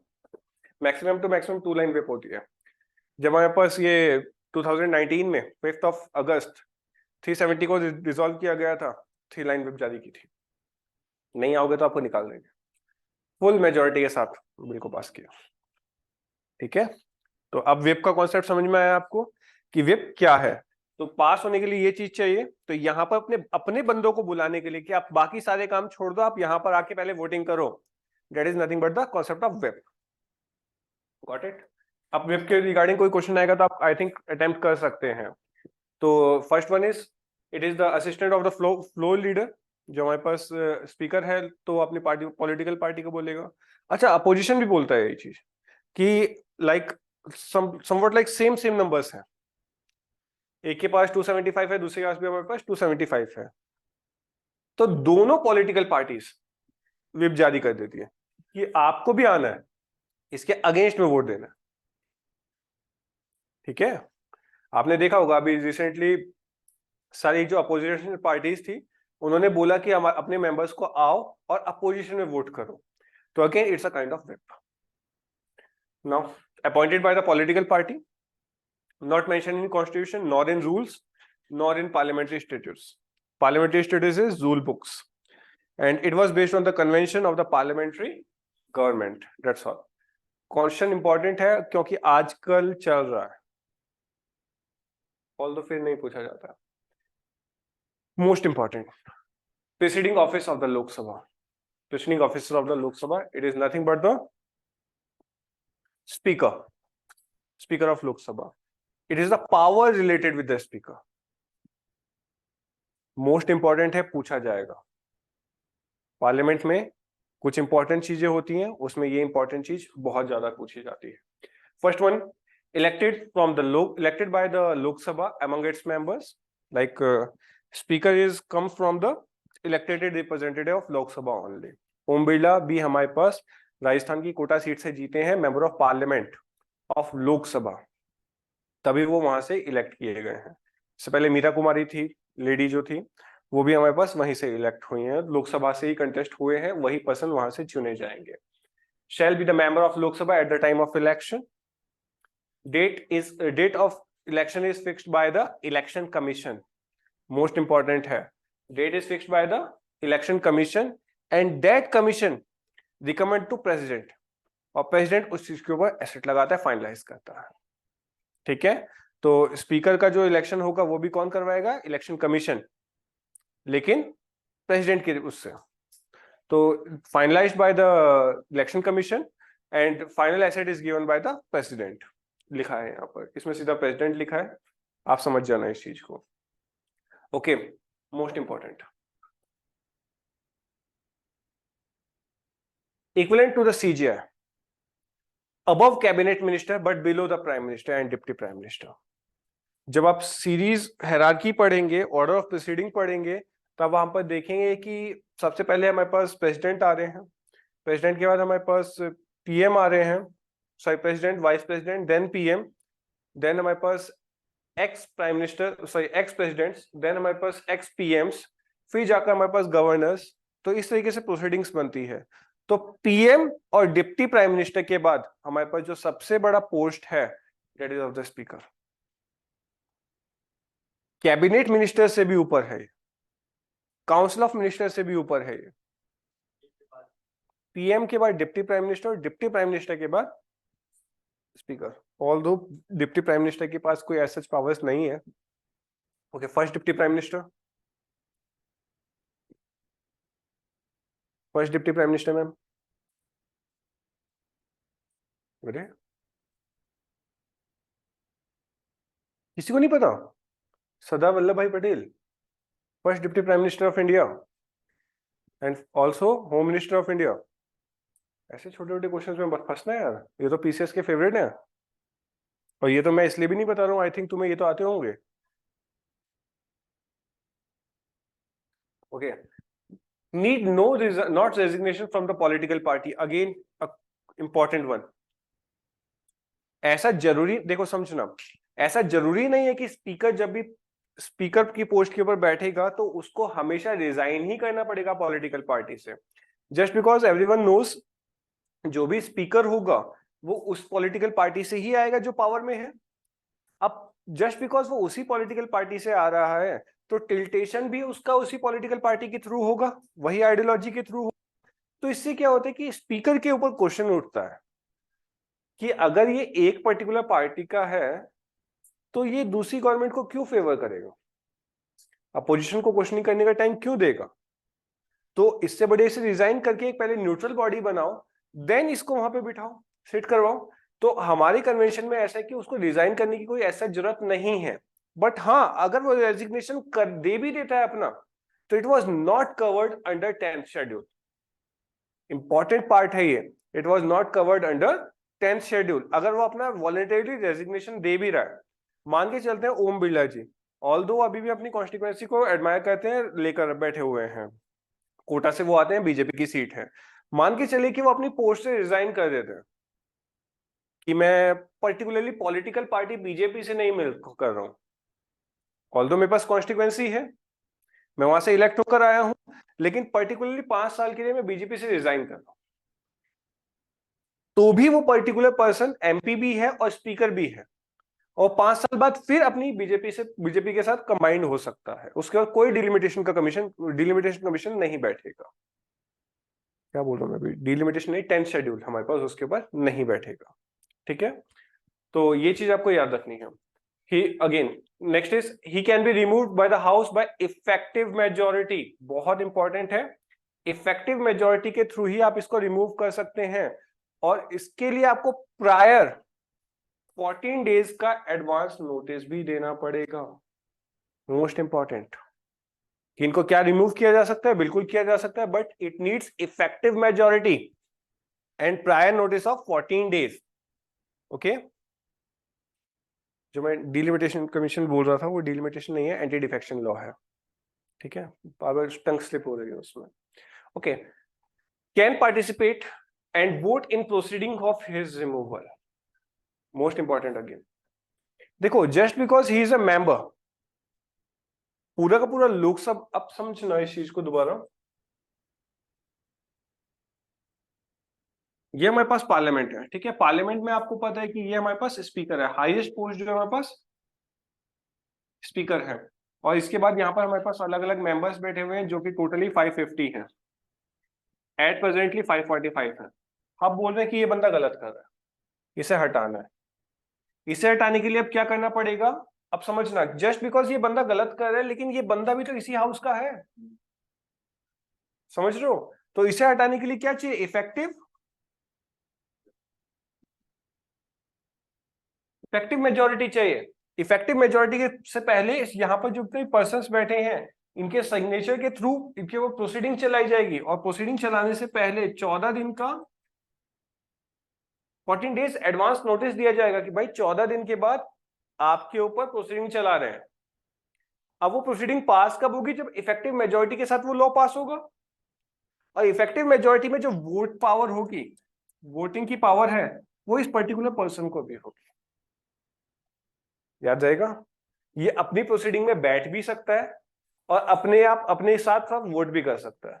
लाइक हटाना चाहिए नहीं हटाना चाहिए, मैं तो बोलूंगा नहीं हटाना चाहिए अपने हिसाब से, समझ रहे हो. If I am a speaker और मेरे साथ प्रोसीडिंग चल रही है, तो अभी मैं यहाँ बैठा हुआ हूं, जब मेरी प्रोसीडिंग चलेगी मैं भी आप लोगों के साथ बैठूंगा, और आधे बोलेंगे हटाओ और आधे बोलेंगे नहीं हटाओ, तो बट कॉमन है, टिल्टेशन होता है कि मैं नहीं हटाओ वाली साइड पे ही जाएगा स्पीकर. ठीक है, तो ये चीज आपको अगेन अच्छा रिमाइंड रहना चाहिए और याद रहना चाहिए. Now can participate in voting proceeding of his removal. ठीक है, if he resigns the resignation is submitted to deputy speaker. Most important, ये क्वेश्चन पूछा गया है कि जो हमारे पास स्पीकर है वो अपना रेजिग्नेशन डिप्टी स्पीकर को देता है, और डिप्टी स्पीकर स्पीकर को देता है, same as the president. Vice president president को देगा, प्रेसिडेंट वाइस प्रेसिडेंट को देगा. That's all. Even after Lok Sabha dissolved, okay, again important part. अगर लोकसभा रिमूव भी हो जाती है, अनटिल और अनलेस न्यू प्रोटेम स्पीकर नहीं होता, तब तक स्पीकर के पास पावर्स रहती है, सेम एज प्राइम मिनिस्टर। जब तक न्यू प्राइम मिनिस्टर इलेक्ट होकर नहीं आ रहा है, prime minister is working as an acting prime minister. मान लो, समझो, चुनाव हो गए, बीजेपी जीत गई, अभी कांग्रेस की सत्ता चल रही है, कांग्रेस का जो पीएम है वो पीएम बना हुआ है, अनटिल और अनलेस जो बीजेपी का पर्सन है वो पावर को एक्वायर नहीं कर देता, ट्रांसफर ऑफ पावर नहीं होता। जो इस बीच का टाइम पीरियड है, it is known as acting time period. तो prime minister will be named as acting prime minister. ये वही केस है जब हमारे पास राजनारायण केस हुआ था, राजनारायण वर्सेस श्रीमती इंदिरा नेहरू गांधी। तो वहां पर बोला था कि अगर हमने रिमूव कर दिया श्रीमती इंदिरा गांधी को, तो अभी क्या, अभी कौन वर्क करेगा? तो वहां पर हमारे पास हाई कोर्ट ने बोला था, हाई कोर्ट ने, नॉट सुप्रीम कोर्ट, कि एक वर्ड लेके आए थे वो एक्टिंग प्राइम मिनिस्टर, कि जितनी भी पॉलिसीज फॉर्मुलेट हो रही है डेलीगेटेड लेजिस्लेचर्स के थ्रू, वो हमारे पास साइन करेंगे प्राइम मिनिस्टर, और यही acting prime minister aid and advise करेगा प्रेसिडेंट को। ये याद रखिएगा, छोटी छोटी बात है। Next, at least 50 members have to supported to the admit to the motion of his removal। Normal बात है, एक हाउस में से कम 50 मेंबर्स को होना चाहिए। लोकसभा के डिप्टी स्पीकर की बात कर लेते हैं। स्पीकर समझ में आया आप लोगों को? एक और याद रखिएगा स्पीकर के हिसाब से, कि स्पीकर के हाथ में पावर होती है किसी भी बिल को मनी बिल बोलने की। ये सोलो पावर है जो कि स्पीकर के हाथ में है, ठीक है। Now elected among the members of the extension, elected among the member of, कहाँ लिखा, कहाँ लिखा? वॉकिंग थ्रू, अरे मतलब हम प्रोसीडिंग में आपकी देखो, प्रोसीडिंग में क्या होता है कि एक साइड होती है, एक दूसरी साइड होती है, एक डिबेट होती है एक्चुअली में वहां पे, कि क्या सही है क्या गलत है, लोग सुनते हैं उस हिसाब से वोट करते हैं। अब आज के टाइम पीरियड पे क्या है कि एक ही पॉलिटिकल पार्टी है जो कि बस बोलती है और सुनने के लिए ऐसा कोई है नहीं। तो ये अगर ये अगेंस्ट में भी वोट करेंगे तब भी इनका कोई नहीं सुना जाएगा, तो इससे बड़े वॉकआउट कर जाते हैं। वॉकआउट करने का मतलब कि आप खुद से रूल बना रहे हो, आप खुद ही कर रहे हो, तो आप खुद उसके लिए अकाउंटेबल हो, हम तो नहीं है, हम जा रहे हैं। ये आजकल का है, पहले नहीं होता था, ठीक है। पहले तो बंदा सुनता था और बढ़िया करके सुनाता भी था। राज्यसभा में अभी भी यही काम होते हैं, ऑल्दो बहुत माइनॉरिटी में है, बट स्टिल बिल्कुल जा सकते हैं, बिल्कुल जा सकते हैं, बिल्कुल। हमारे यहाँ तो गोलियां चला देते हैं, और कुंवर सिंह चैंपियन गोली भी मारेंगे और कंधे पे उठा के लेके भी जाएंगे। चलो यहाँ देखिए, तो जो हमारे पास डिप्टी स्पीकर होगा वो भी हमारे पास नॉर्मली अपने लोकसभा से ही चुनाव जीतेगा, चुनाव में जिएगा, ठीक है, मतलब जीतेगा वहां से, इलेक्ट भी वहीं से हो सकता है, कंटेस्ट भी करेगा, तो कम से कम उसके पास एमपी होना चाहिए वो, और लोकसभा का मेंबर होना चाहिए। नेक्स्ट, जब भी वो अपॉइंट होगा हमारे पास, वो ऑटोमेटिकली किसी भी कमेटी का वो अपॉइंट हो रहा है, किसी भी कमेटी में हमारे पास डिप्टी स्पीकर को डाला जा रहा है, तो वो पर्सन ऑटोमेटिकली उस कमेटी का हेड बन जाएगा, जस्ट बिकॉज उसमें पावर है, उसके पास पावर है, वो डिप्टी स्पीकर है, वो एक पोस्ट अचीव करता है, तो किसी भी कमेटी में जाएगा तो उसका स्पीकर, उसका ऑटोमेटिकली चेयरमैन वो बन जाएगा। ये चीज याद रखिएगा, सेकंड यही पॉइंट लिखा है। इसको रिमूव करने का प्रोसेस भी सेम प्रोसेस है, जिस तरीके से हम अपने स्पीकर को रिमूव करते हैं उसी तरीके से हमारा डिप्टी स्पीकर भी रिमूव होगा, like effective majority and 14 days prior notice. देखो याद रखिएगा, जब भी हमारे पास ओम बिरला नहीं होते तो डिप्टी स्पीकर ही वहां पर बैठ जाते हैं, सारी प्रोसीडिंग सेम चलती है, बस स्पीकर की जगह डिप्टी स्पीकर वहां बैठा होता है, तो सेम पावर पोजेस करता है, सेम सैलरी पोजेस कर रहा है, सेम अलाउंसेस पोजेस कर रहा है, तो रिमूवल का प्रोसेस भी हमारे पास सेम ही रहने वाला है। Next, vote like MP Lok Sabha, याद रखिएगा अगेन, जब स्पीकर है तो it will be act as normal MP, लेकिन स्पीकर नहीं है तब ये हमारे पास it will work as a speaker, then its voting is somewhat like cast voting, कि मैं वोट नहीं कर सकता फर्स्ट इंस्टेंट पे, अगर 2% मतलब मान के चलिए 10% 10 वोटर्स हैं हमारे पास, एक ने 5 बोला एक ने 5 बोला, तब मैं अपना वोट कास्ट कर सकता हूँ। तो कास्ट वोटिंग का इसके पास रहेगा हिस्सा। ठीक है, तो वोट लाइक जब ये नॉर्मली नहीं कर सकता, यही लिखा हुआ है, ये देखो यहाँ पे लिखा है votes like MP Lok Sabha when ever he is not preceding when he precede exercise casting vote होते हैं। कास्टिंग वोट वही होता है जहां पर डिलेमा में फंस जाते हैं और इक्वेट हो जाती है। मतलब मान के चलो 500 मेंबर्स ने 250 ने एक साइड वोट किया, 250 ने एक साइड वोट किया। अब किसी एक पॉलिटिकल पार्टी को तो जीतना है, किसी एक आइडियोलॉजी को तो जीतना है, जिस भी साइड हमारे पास स्पीकर चला जाएगा वो जीत जाएगी, जस्ट बिकॉज उनके पास 250+1 हो जाएगा। Next, not subordinate to speaker. ऐसा नहीं है कि डिप्टी है तो स्पीकर से कम है। जस्ट बिकॉज स्पीकर है तो ये एमपी है, और जब स्पीकर नहीं है तो ये खुद स्पीकर है, तो ये सबऑर्डिनेट ऑफिस नहीं है। ऐसा नहीं कि ये उसका सबऑर्डिनेट है, नहीं बिल्कुल नहीं, ये इक्वलेंट है। Okay, not subordinate to speaker. Next is directly responsible to the house, directly responsible to the house of people, that is Lok Sabha. Next, salary and allowances are charge from the consolidated fund of India. और common सी बात है, उससे कम जब भी ये अपनी power में है तो कम भी नहीं किया जा सकते इनके अलाउंसेस को। रेजिग्नेशन टू स्पीकर, जैसा जस्ट आई सेड, यहाँ पर लिखा हुआ है अपना रेजिग्नेशन डिप्टी स्पीकर को देगा, यहाँ लिखा हुआ है अपना रेजिग्नेशन स्पीकर को देगा, that's all. Next is panel of chairperson. Okay, this is what I said you earlier, like joint sitting के टाइम पीरियड पे अगर स्पीकर नहीं होगा तो डिप्टी स्पीकर, डिप्टी स्पीकर नहीं होगा then this panel work as the speaker. अब ये पैनल है क्या? ये पैनल वही है कि मान लो किसी दिन प्रोसीडिंग में स्पीकर नहीं है हमारे पास और डिप्टी स्पीकर भी नहीं है, then who will assist? One of the member of this panel will assist. Okay, now maximum 10 members पहले में पैनल होगा, ये नॉमिनेट किया जाएगा स्पीकर के थ्रू। जी, कोई भी जो इलेक्ट करना चाहे, एमपी जो भी होंगे, एमपीज में ही हमारे पास लेना पड़ेगा। उन टोटल एमपीज में से 10 मेंबर्स को इलेक्ट करेंगे, इलेक्ट करेंगे, नॉमिनेट नहीं कर रहे हैं। नॉमिनेट करेंगे, इलेक्ट नहीं करेंगे। नॉर्मली नॉमिनेट कर रहा है, स्पीकर बोल रहा है कि ये 10 मेंबर का पैनल होगा, इसमें से कोई भी हमारे पास हमारी पोजीशन ले सकता है। ठीक है, तो 10 बंदों को नॉमिनेट करेंगे, प्रेसिडेंट नॉमिनेट नहीं करेगा और प्रेसिडेंट नहीं हो सकता है, that's all. Council of minister भी हो जाते हैं इसमें। Proceed when the speaker and deputy speaker is not available, not subordinate to speaker and deputy speaker and responsible to the house. Again, जो भी पर्सन स्पीकर की रिस्पॉन्सिबिलिटी को possess कर रहा है वो उस हाउस में स्पीकर और डिप्टी स्पीकर का सबऑर्डिनेट नहीं होगा। ये हमेशा याद रखना। कोई भी पर्सन किसी भी पोस्ट को एक्वायर कर लेता है तो वो उसके इक्विवेलेंट कहलाता है, सबऑर्डिनेट नहीं कहलाता। अभी जुडिशरी में भी यही सेम क्वेश्चंस बहुत बार फॉर्मुलेट होंगे कि एडहॉक जजेस जब आते हैं तो उनकी पावर क्या रहती है।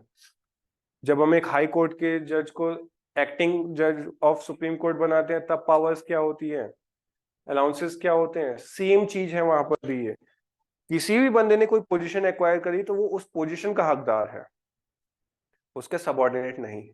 Got it? Next is preceding only in on absence of speaker and deputy speaker और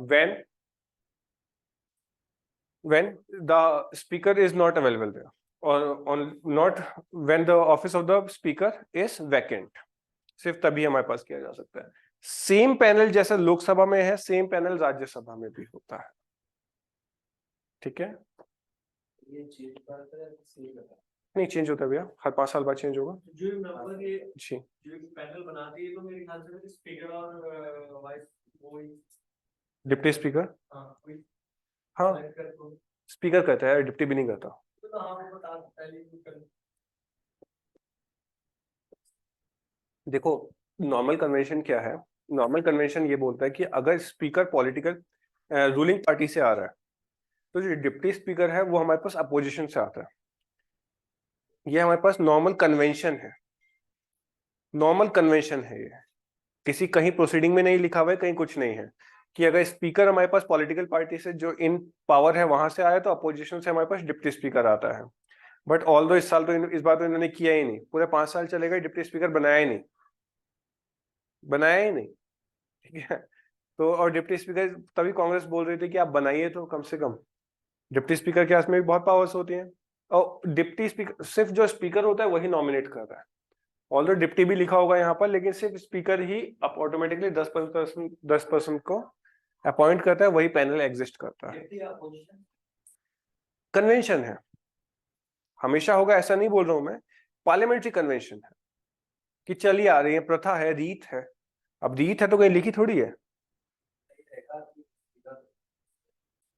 सही रहेगा भी नहीं बोल सकता हूँ, फिर अगेन मैं एक ही वर्ड के ऊपर खत्म करूंगा इस चीज को, कन्वेंशन है, कभी भी कन्वेंशन चेंज किए जा सकते हैं, लॉ बनाओ कन्वेंशन चेंज कर दो। नहीं, हाँ ये पैनल के बारे में मेंशन है, अपोजिशन के बारे में मेंशन नहीं है। बिल्कुल है, बिल्कुल है, कॉन्स्टिट्यूशन में मेंशन है, तभी हम यहाँ पे बात कर रहे हैं इस चीज की, और जो नहीं मेंशन है वो मैं आपको बता रहा हूँ कि वो कन्वेंशन है, लाइक व्हिप अगेन कन्वेंशन था। ओके, अब यहाँ पर बात करते हैं प्रोटम स्पीकर। ये प्रोटम स्पीकर क्या होता है, क्वेश्चन फॉर्मुलेट हुआ है। प्रोटम स्पीकर को आप इस तरीके से समझिए कि सच्चिदानंद सिन्हा थे, वो सबसे ज्यादा ओल्डर मेंबर थे, इस वजह से उनको फर्स्ट प्रेसिडेंट बनाया गया था। उन्होंने काम क्या किया, उन्होंने बाकी मेंबर्स को ओथ दिलवाया, और जब ओथ हो गया तो उन मेंबर्स ने दोबारा री इलेक्शन किया, और 2 दिन बाद राजेंद्र प्रसाद बन गए, यही हुआ था। तो जो जो काम हमारे पास सच्चिदानंद सिन्हा ने किया, सेम उस वर्क को बोला जाता है प्रोटम स्पीकर्स वर्क। नॉर्मली जब 5 साल बाद न्यू गवर्नमेंट फॉर्मुलेट होती है, ओल्ड स्पीकर अपनी पोस्ट छोड़ता है, तो प्रेसिडेंट सबसे ओल्डर मेंबर को, फिर अगेन कन्वेंशन है, ऐसा कहीं जरूरी नहीं है कि ओल्डर ही बनेगा, कन्वेंशन है कि सबसे ओल्डर मेंबर को प्रोटम स्पीकर बना देता है।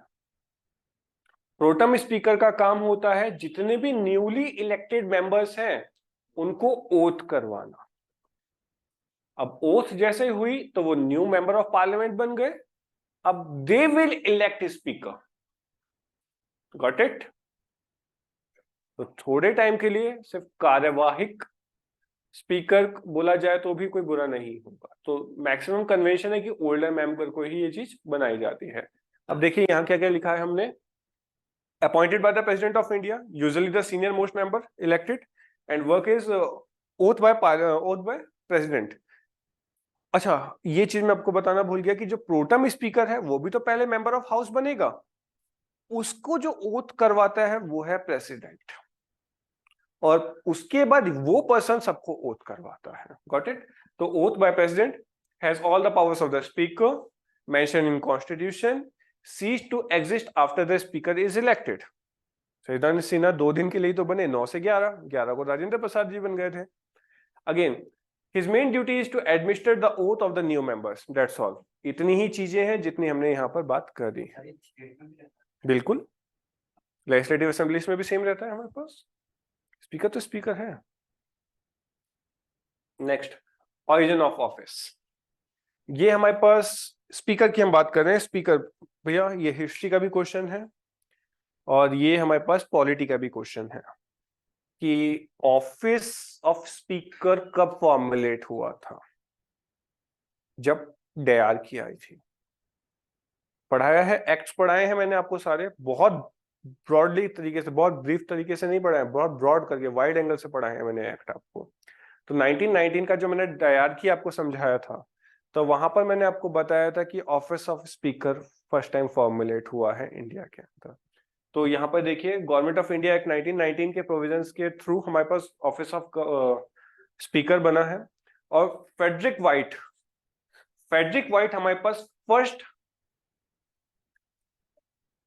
स्पीकर थे हमारी पार्लियामेंट के, और फर्स्ट डिप्टी स्पीकर थे सच्चिदानंद सिन्हा, जो कि कॉन्स्टिट्यूएंट असेंबली के प्रेसिडेंट भी थे। फर्स्ट डिप्टी स्पीकर थे सच्चिदानंद सिन्हा, ठीक है, सेंट्रल लेजिस्लेटिव असेंबली के। और अगर हम बात करते हैं कि फर्स्ट स्पीकर कौन थे, दैट इज विट्ठल भाई पटेल, वल्लभ भाई पटेल जी के बड़े भैया विट्ठल भाई पटेल। ठीक है, विट्ठल भाई पटेल हमारे पास फर्स्ट स्पीकर। जी हाँ, तो वो भी इलेक्टेड था लेकिन वो हमारे यहाँ का नहीं था। ठीक है, और फेडरिक वाइट हमारे पास हमारे नहीं थे ना, मतलब अपने इंडियन नहीं थे ना। हाँ, तो विट्ठल भाई जो थे हमारे पास वो फर्स्ट इलेक्टेड रिप्रेजेंटेटिव थे।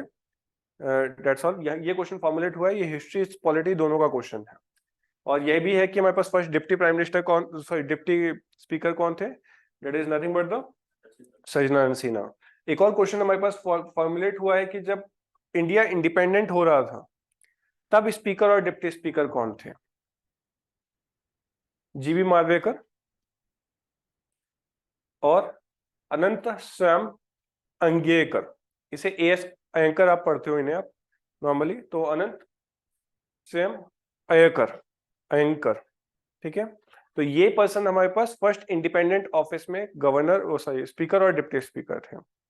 सारे ही नाम याद करने हैं, सारे ही इंपॉर्टेंट हैं, इसमें कोई हेल्प नहीं कर सकता मैं आप लोगों की, कोई शॉर्टकट नहीं है इसका, क्रैम्प करना है बस। Next, power and function of speaker, बहुत इंपॉर्टेंट। चलो अब सिर्फ यही करेंगे, power and speaker, power and functions आज। इसके बाद कल हम अपने राज्यसभा के ऊपर मूव करेंगे। राज्यसभा में हमें, राज्यसभा कुछ ज्यादा इंपॉर्टेंट, ज्यादा बड़ा नहीं है, या राज्यसभा भी अभी कंप्लीट कर दूंगा मैं आपका। कल हम पार्लियामेंट के सेशंस के ऊपर मूव करेंगे, ठीक है। एक दिन और चलेगा, एक दो दिन और चलेगी आपकी पार्लियामेंट। इसके बाद आपका मेजर चंक कंप्लीट हो चुका है। एक टेस्ट दे देना आप मेरे को, मेरी सहूलियत के लिए, पता भी तो चले कितना पढ़ा है आप लोगों ने, है ना। Next, power and function of speaker.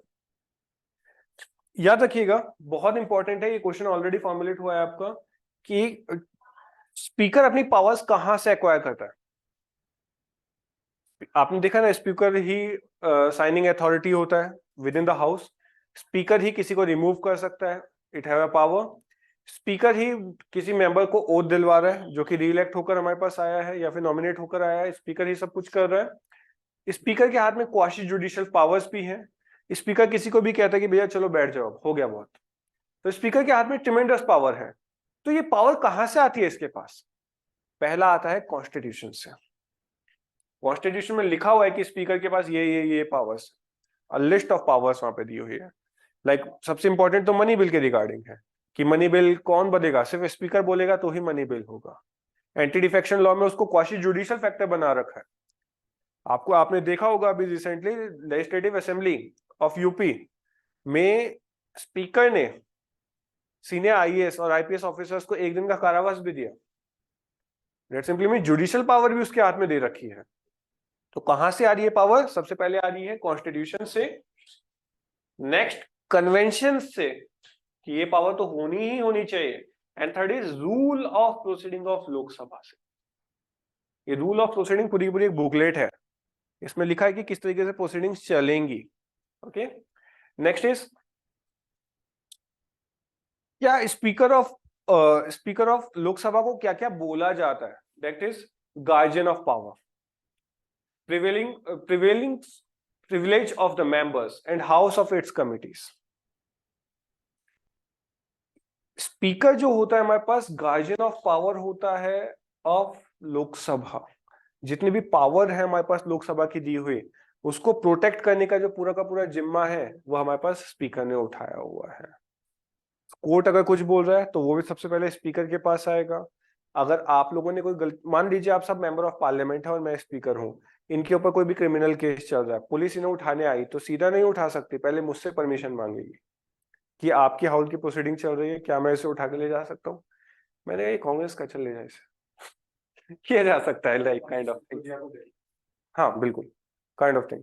लेकिन ऐसा नहीं है कि सब कुछ, क्रिमिनल केस होगा तो लेके भी जा सकते हैं, सिविल केस होगा तो मेरे से पूछा जाएगा। सिविल केस के अब पूछा तो दोनों में जाता है, लेकिन सिविल में कम टाइम दिया जाता है, सिविल में ज्यादा टाइम दिया जाता है, क्रिमिनल में कम। वो सेंट्रल की एजेंसी है। तो सीबीआई बहुत अलग है। ईडी का आप किसके ऊपर जांच करती है? ईडी आपके करप्शन के ऊपर जांच कर दी है मेनली। हाँ जी, सीबीआई के पास बहुत पावर्स है। ईडी के पास मेनली फाइनेंशियल पावर्स होती है। सीबीआई चाहे तो सर किसी को मतलब जैसे सेंट्रल को मतलब वो स्टेट की कोई पुलिस इतना आसान नहीं है।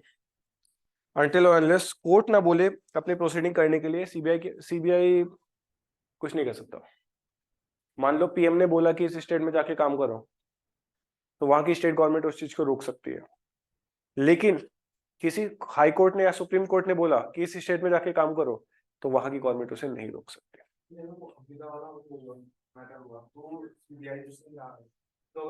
अगर गवर्नमेंट ने अपॉइंट किया है तो गवर्नमेंट की मर्जी है कि वो उसको हेल्प करे या ना करे, लेकिन अगर कोर्ट ने उसे अपॉइंट किया है तो उसको हेल्प करनी ही पड़ेगी।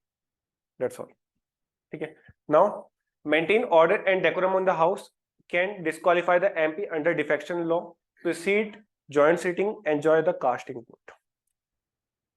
इंपॉर्टेंट है, डिस्क्वालीफाई किया जा सकता है किसी भी पर्सन को under anti defection law 10th schedule. Joint sitting भी वही प्रोसीड करेंगे, कास्टिंग वोट भी वो एंजॉय करते हैं।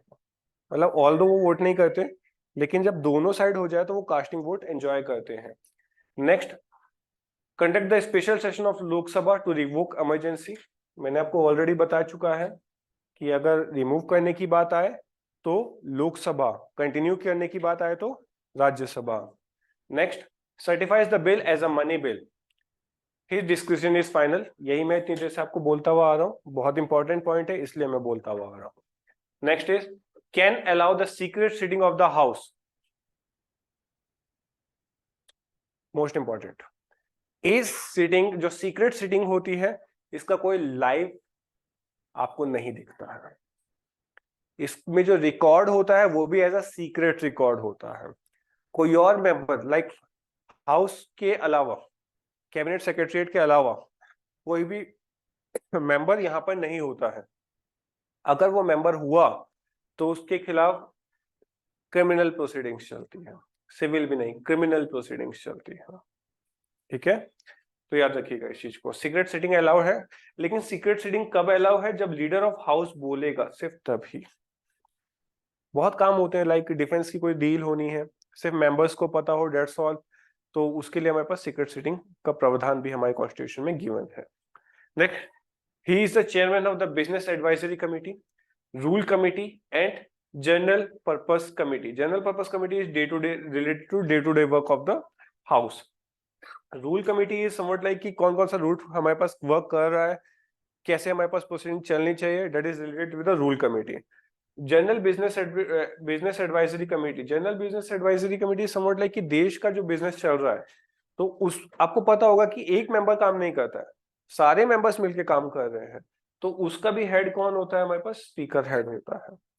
आपको ये भी बता दूं कि अगर आप by chance member of parliament बनते हो और स्पीकर के साथ आपके अच्छे तालमेल है, तो आपको हर 2-3-4 साल में आपको टूर भी मिलता है बाहर वाली कंट्रीज का, कि आप वहां की पार्लियामेंट को देख के आइए कि वहां का काम कैसा चल रहा है। जैसे आफ्टर आईएएस आपको ऑल इंडिया सर्विस जैसे वो तो मिलती है, लेकिन भारत दर्शन भी मिलता है। आप पूरे भारत को दर्शन मतलब घूम के आते हो, अलग अलग पॉइंट्स 10-10, 12-12 पर्सन का बनाया जाता है, ग्रुप बनाया जाता है, और आपको हर एक स्टेट की हर एक जगह पे लगभग लगभग दिखाई जाती है आपको। जैसे वो भारत दर्शन होता है, वैसे ही आपका एमपी बनने के बाद देश दुनिया का भी दर्शन होता है कि वहां के पार्लियामेंट से सीख के आई है, तो उस कमेटी का हेड भी स्पीकर होता है। ठीक है। Next, decide on the disqualification of the members of Lok Sabha on the ground of defection. 10th है, proceed over the joint sitting. एक लास्ट स्लाइड हम देख लेते हैं, 2 मिनट, या कल ही देखें? नहीं, ये कंप्लीट कर लेते हैं, इसके बाद जस्ट हमारे पास सेशन आ जाएंगे, है ना? नहीं, बिल्कुल नहीं, बिल्कुल नहीं, बिल्कुल नहीं, नहीं लगा सकते। आई थिंक कैसे लगा देंगे? कुछ बहुत इंपॉर्टेंट काम होगा तभी तो सीक्रेट हो रहा है, और आपको सीक्रेट बताएंगे तो फिर समझो आप तो ऑर्डिनरी हुए ना। चलो ये लास्ट एक स्लाइड देख लेते हैं। कल हम सेशंस ऑफ पार्लियामेंट के ऊपर डील करेंगे कि कौन सा सेशन होता है, क्वेश्चन आवर क्या होते हैं, कौन कौन से कैसे क्वेश्चंस पूछे जाते हैं। तो राज्यसभा का जो चेयरमैन होता है वही हमारे पास प्रिसीडिंग ऑफिसर होता है, and he is known as the chairman. He is known as the chairman. जो वाइस प्रेसिडेंट होता है that is known as the chairman, और वही हमारे पास प्रिसीडिंग ऑफिसर होता है राज्यसभा का। और जो डिप्टी स्पीकर होता है या फिर डिप्टी चेयरमैन जिसे बोला जाता है राज्यसभा का, he is elected from its members. Okay, तो अगेन जो पैनल होगा वहां पर, वो भी पैनल क्या होगा, वो हमारे पास नॉमिनेट किया जाएगा वाइस प्रेसिडेंट के थ्रू, दैट इज चेयरमैन। और यहां पर कोई प्रोटम नहीं होता है, कोई प्रोटम चेयरमैन नहीं होता है, जस्ट बिकॉज ये हाउस परमानेंट हाउस है। तो यहां पर जो है वाइस प्रेसिडेंट ही ओथ करवाता है, और 5 साल बाद जब वो रिमूव होता है तो again new vice president already elected होता है। तो यहाँ पर कोई प्रोटम की बात नहीं होती, प्रोटम स्पीकर सिर्फ लोकसभा से रिलेट करता है। और सारे जितने भी पॉइंट्स मैंने आपको लोकसभा के रिलेटेड पढ़ाए हैं, वहां पर राज्यसभा वर्ड डाल दीजिएगा, दे ऑल आर से। आप कोई क्वेश्चन पूछना है तो पूछ सकते हैं। जी हाँ, सीक्रेट सिटिंग में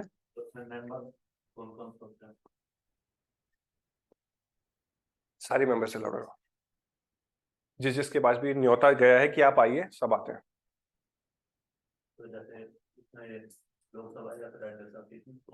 हाँ बिल्कुल, ये तो हमारे पास हाउस है कि ऐसा कुछ समझना, एक सेकेंड, ये बिल्कुल नहीं है कि लोकसभा वाला मेंबर लोकसभा में ही, लोकसभा वाला मेंबर लोकसभा में ही जाके बैठेगा। लोकसभा वाला मेंबर राज्यसभा में भी जाके बैठ सकता है, बट उसके पास वोटिंग राइट नहीं होते। डिबेट कर सकता है, क्वेश्चनिंग कर सकता है, बट वोटिंग राइट नहीं, दैट्स ऑल। आपने देखा होगा एक ही फाइनेंस मिनिस्टर है हमारे पास, दोनों जगह जाके हमारे पास मनी बिल को एक्सप्लेन करता रहता है ना। तो यही सेम चीज है हमारे पास। कोई और क्वेश्चन? सर एक बजट से रिलेटेड बजट अभी पढ़ाया नहीं है, पर पूछिए। कल आया था sir, preparation of budget and presentation in parliament, who is responsible? तो हु इज रिस्पांसिबल मतलब सर कौन करता है ना, तो उसमें ऑप्शन थे, एक रेवेन्यू डिपार्टमेंट, अच्छा, एक इकोनॉमिक अफेयर्स, ओके और एक सर इसमें फाइनेंशियल डिपार्टमेंट, ओके, और एक expenditure department. Financial department, financial